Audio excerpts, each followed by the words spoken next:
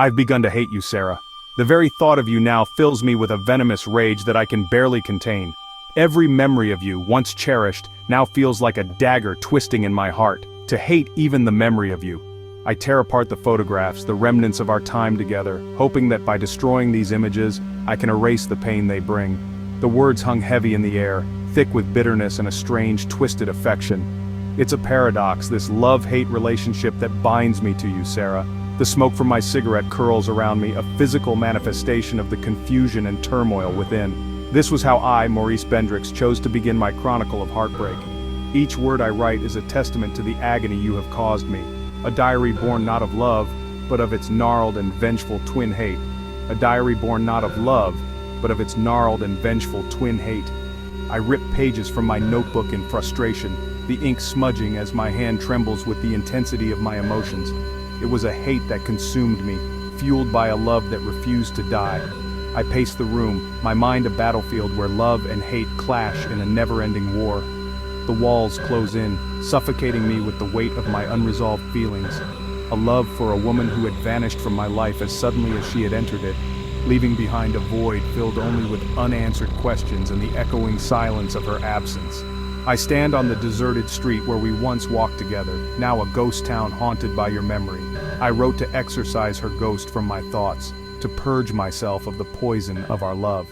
Each stroke of the pen is an attempt to bleed out the pain, to find some semblance of peace in the chaos you left behind. But even as I filled page after page with venomous words, I knew I was only deceiving myself. The more I wrote, the more I realized that my hatred was a facade, a mask to hide the depth of my true feelings. My hatred was a shield, a desperate attempt to protect myself from the unbearable truth. I still loved her. The letter in my hand trembles as I read your words, each sentence a reminder of the love that still burns within me, despite my efforts to extinguish it. I loved Sarah, and I hated her for making me love her still. The photograph I hold close to my heart is a cruel reminder of the bond we shared, a bond that time and distance have failed to sever. In the end, my diary is not just a record of hate, but a testament to a love that refuses to die, no matter how much I wish it would. The rain was relentless that night, a constant, unyielding torrent that seemed to wash away the very essence of the city. It mirrored the storm raging within me, a tempest of emotions that I could barely contain. It was then, in the midst of the downpour, that I encountered Henry Miles. A figure cloaked in mystery, standing under the same relentless rain. He was a stranger, a man I had never met before, yet there was something in his eyes, a flicker of shared pain that drew me to him. His eyes, though unfamiliar, held a story that seemed to resonate with my own. He spoke of Sarah, my Sarah, with a tenderness that ignited a jealous fire in my gut. His words were like daggers, each one piercing deeper than the last. He knew nothing of the depths of our love, of the nights we had spent entwined, our bodies and souls moving as one. Those moments were sacred, etched into my very being. And yet, he dared to speak her name with affection, dared to claim a connection to her. It was unbearable. The audacity of his words fueled my anger, making it hard to think clearly. He had unwittingly handed me the key to unlocking the past, to unearthing the truth behind Sarah's sudden departure. A truth that had eluded me for so long now seemed within reach, and I, like a fool, was ready to use it. The rain continued to pour, but now it felt different, as if it was cleansing the path ahead, preparing me for the journey I was about to undertake. The city, with its labyrinthine streets and shadowy corners, seemed to whisper secrets, urging me forward. Each step I took was heavy with purpose, driven by a need to uncover the truth. Memories of Sarah flooded my mind, her laughter, her touch, the way she looked at me with those eyes that held the world. I had to know why she left, why she chose to disappear without a trace. The encounter with Henry Miles was no mere coincidence, it was a spark, a catalyst that set everything into motion. I stood at a crossroads, the rain blurring the lines between past and present, between love and betrayal. With each step I felt the weight of the past lifting, replaced by a burning desire to uncover the truth. The rain, once a symbol of my inner turmoil, now felt like a companion, guiding me through the darkness. As I walked through the rain-soaked streets of London, I realized that this journey was not just about Sarah, but about finding myself, about understanding the depths of my own heart. And so, with the rain as my witness, I set off into the night, ready to face whatever truths awaited me, ready to confront the past and embrace the future. Henry's innocent mention of Sarah was all it took. The floodgates of memory burst open and I was drowning in a torrent of images, scents, and sounds. Her laughter, the warmth of her hand in mine, the intoxicating scent of her perfume, all came rushing back, as vivid and agonizing as the day she left.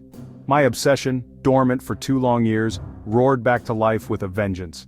I had tried to move on, to bury my love for Sarah beneath a mountain of work and meaningless encounters. But it was no use.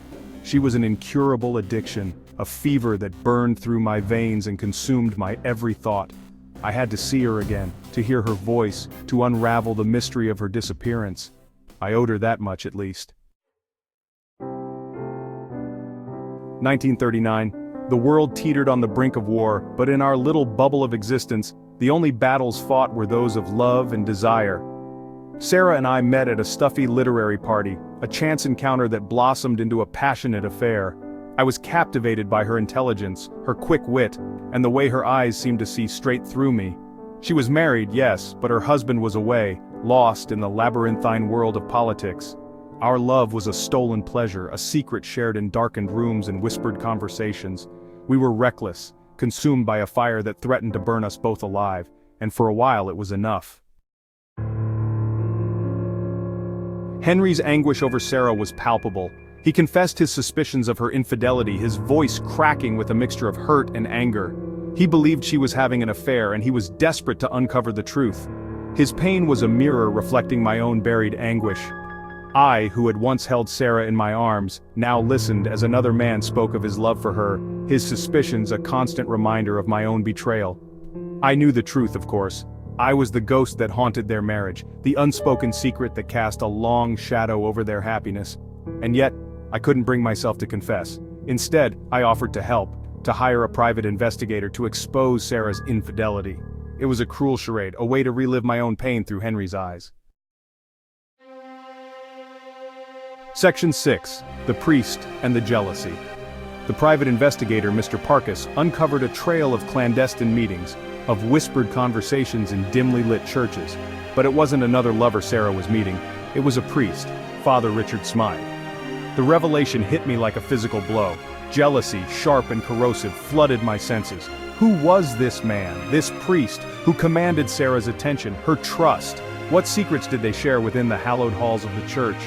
The thought of Sarah seeking solace in religion, in the arms of another man, was unbearable.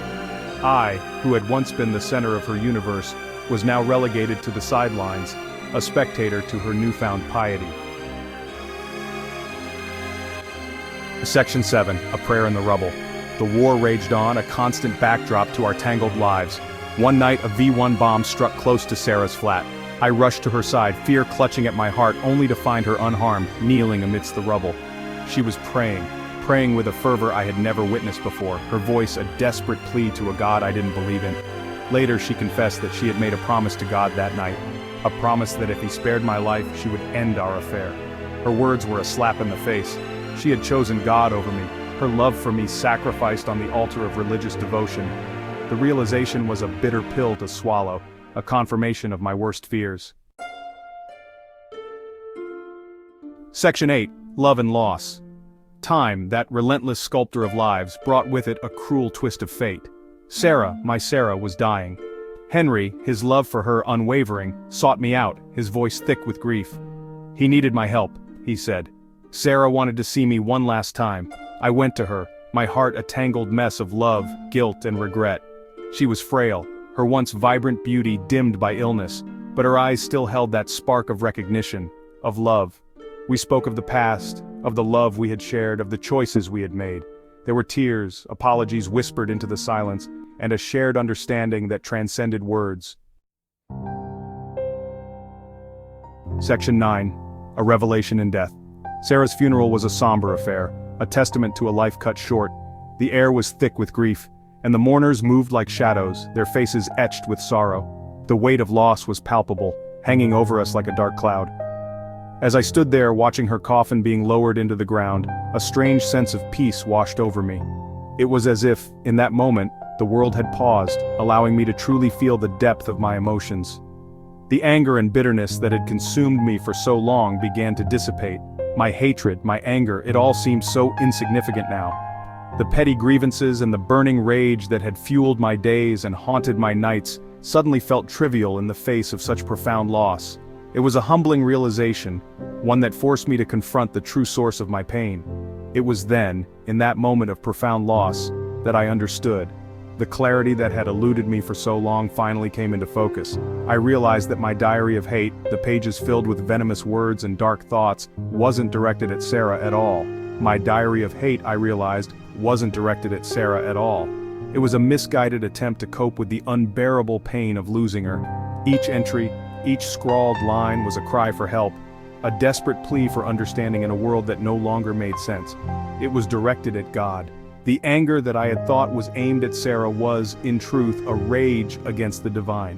I hated him for taking her from me, for demanding her love, for existing at all. It was an anger born of helplessness, a fury that stemmed from my inability to change the course of fate. I hated him for taking her from me, for demanding her love, for existing at all. The injustice of it all gnawed at my soul, leaving me raw and exposed. But in that hatred, in that seething resentment, I finally acknowledged his existence. It was a bitter pill to swallow, but it was the truth. And in that hatred, I finally acknowledged his existence. The God Sarah had believed in, the God she had prayed to, was real. Her unwavering faith, her quiet devotion, had not been in vain. It was a revelation that shook me to my core, forcing me to reevaluate everything I had ever believed. The God Sarah had believed in, the God she had prayed to, was real, and he had claimed her for his own. It was a thought that brought both comfort and pain, a duality that I struggled to reconcile. But in that struggle I found a glimmer of hope, a faint light in the darkness, and he had claimed her for his own. The realization was both devastating and liberating. It meant that Sarah was at peace, that she had found the solace she had always sought, and in that knowledge, I found a measure of peace as well. My diary of hate had become, in a strange and unexpected way, a testament to the enduring power of love, and a grudging acceptance of a faith I never thought I could embrace. It was a journey of transformation, a path that led me from the depths of despair to the possibility of redemption. And in that journey, I discovered that love, even in the face of death, has the power to heal and to bring us closer to the divine.